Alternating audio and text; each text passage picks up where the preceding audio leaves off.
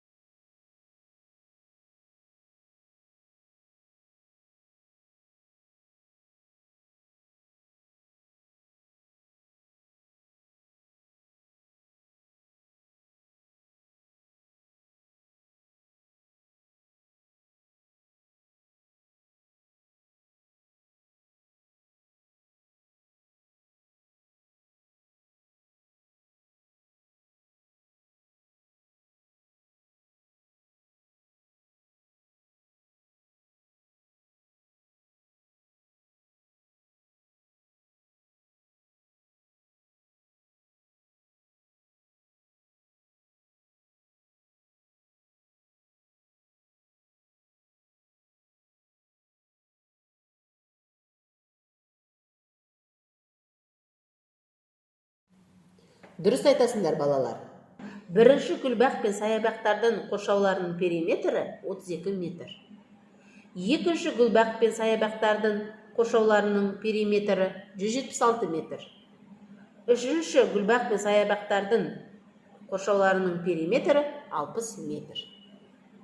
Енді балалар өзді жұмысты орындайық. Екінші тапсырма салыстыру, үшінші тапсырма есепте.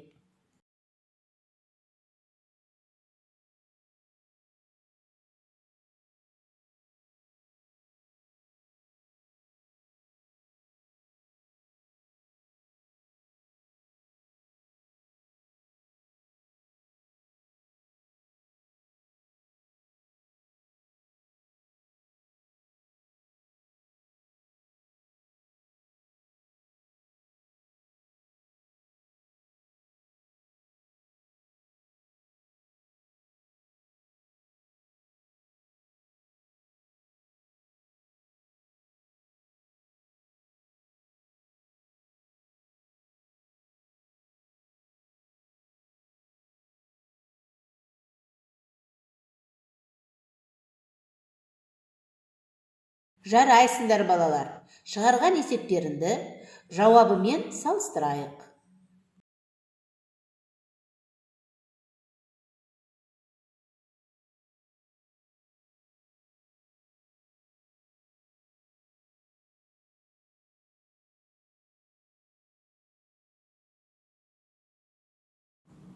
Ал енді төртінші тапсырмаға көшейік.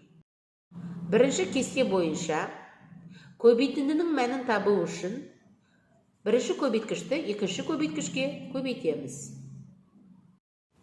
Екінші кесте бойынша бөлдінің мәнін табу үшін бөлінгіштен бөлгішті бөлеміз.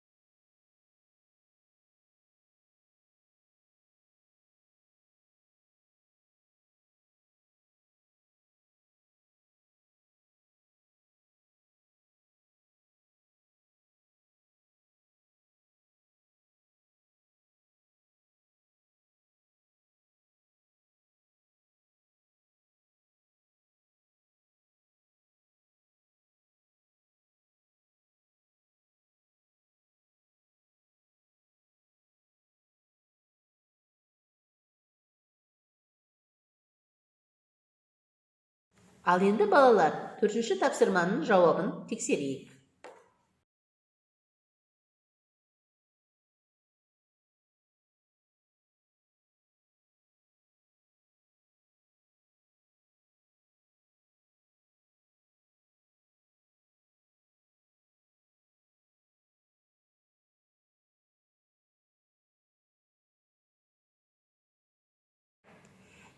Кезекті бесінші тапсырмаға көшейік. Әр бағандағы өрнектерді салыстыр. Бағандар қалай құрастырылғанын түсіндір. Есепте.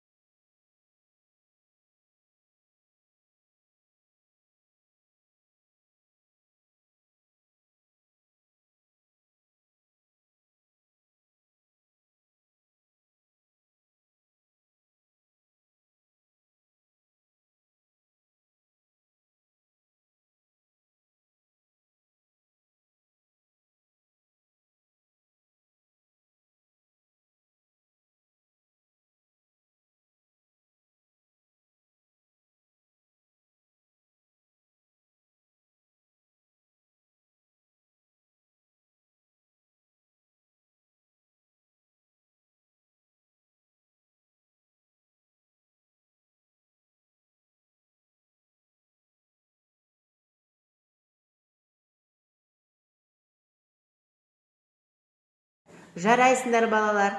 Орындаған тапсырмамызды тексерейік.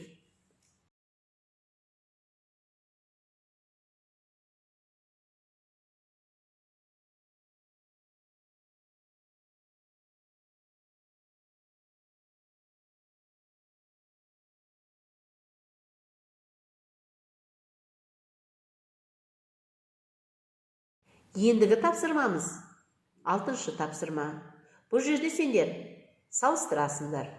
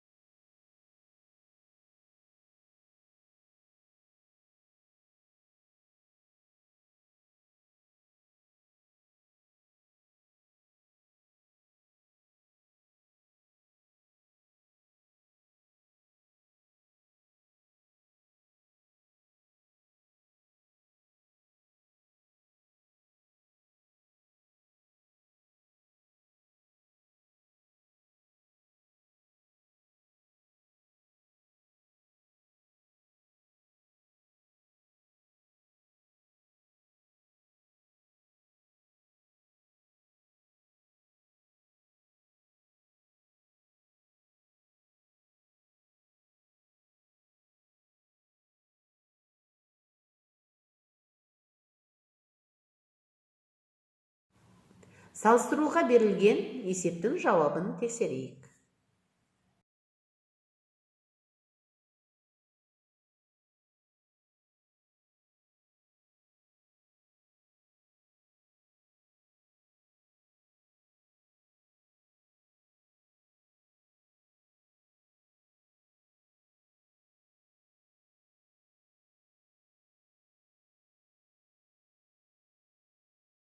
Ал енді балалар, жетінші тапсырманың А бөлігін орындаймыз. Қоршаудың ұзындығын табыңдар. Қоршаудағы әр бөліктің ұзындығы әртүрлі, және олар суретте көрсетілген.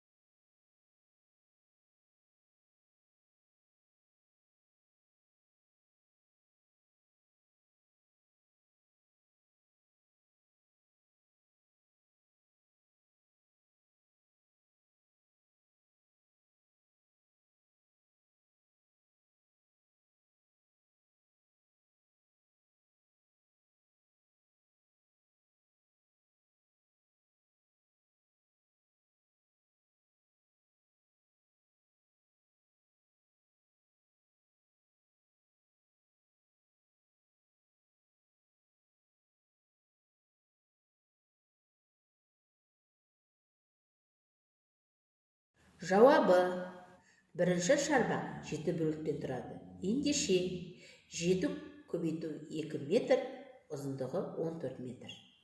Екінші шарбақ 4 бөліктен тұрады. Ендеше 4 көбейту 3 метр, ұзындығы 12 метр.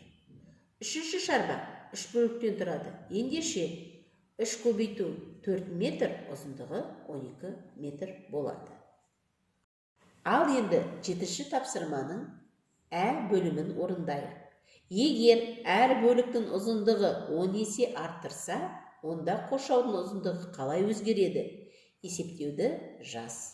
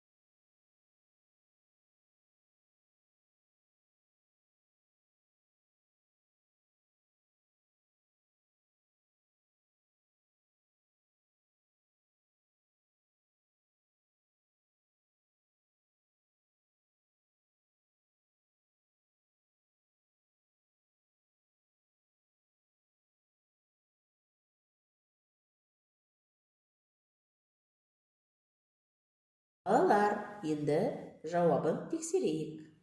2 метр көбейту 3 метр көбейту 4 метр көбейту 10 метр тең болады 240 метр. Ал енді жетінші тапсырманың Б бөлімін орындаймыз. Ауданы 32 сантиметр, ал бір қабырғасы 4 сантиметр болатын тік төртбұрыштың периметрін табыңдар.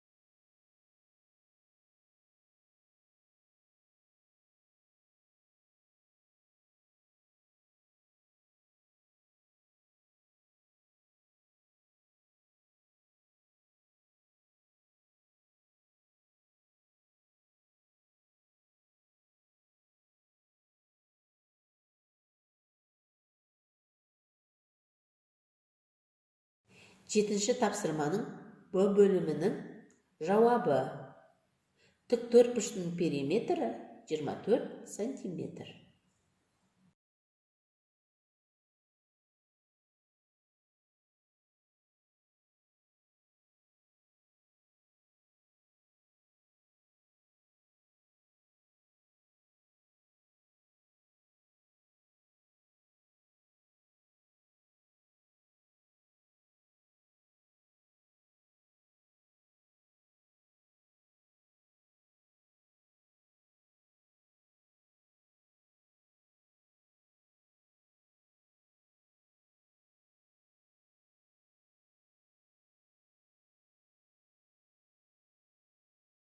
Осымен дөңгелек сандарды ауызша көбейту және бөлу тақырыбындағы сабағымыз аяқталды.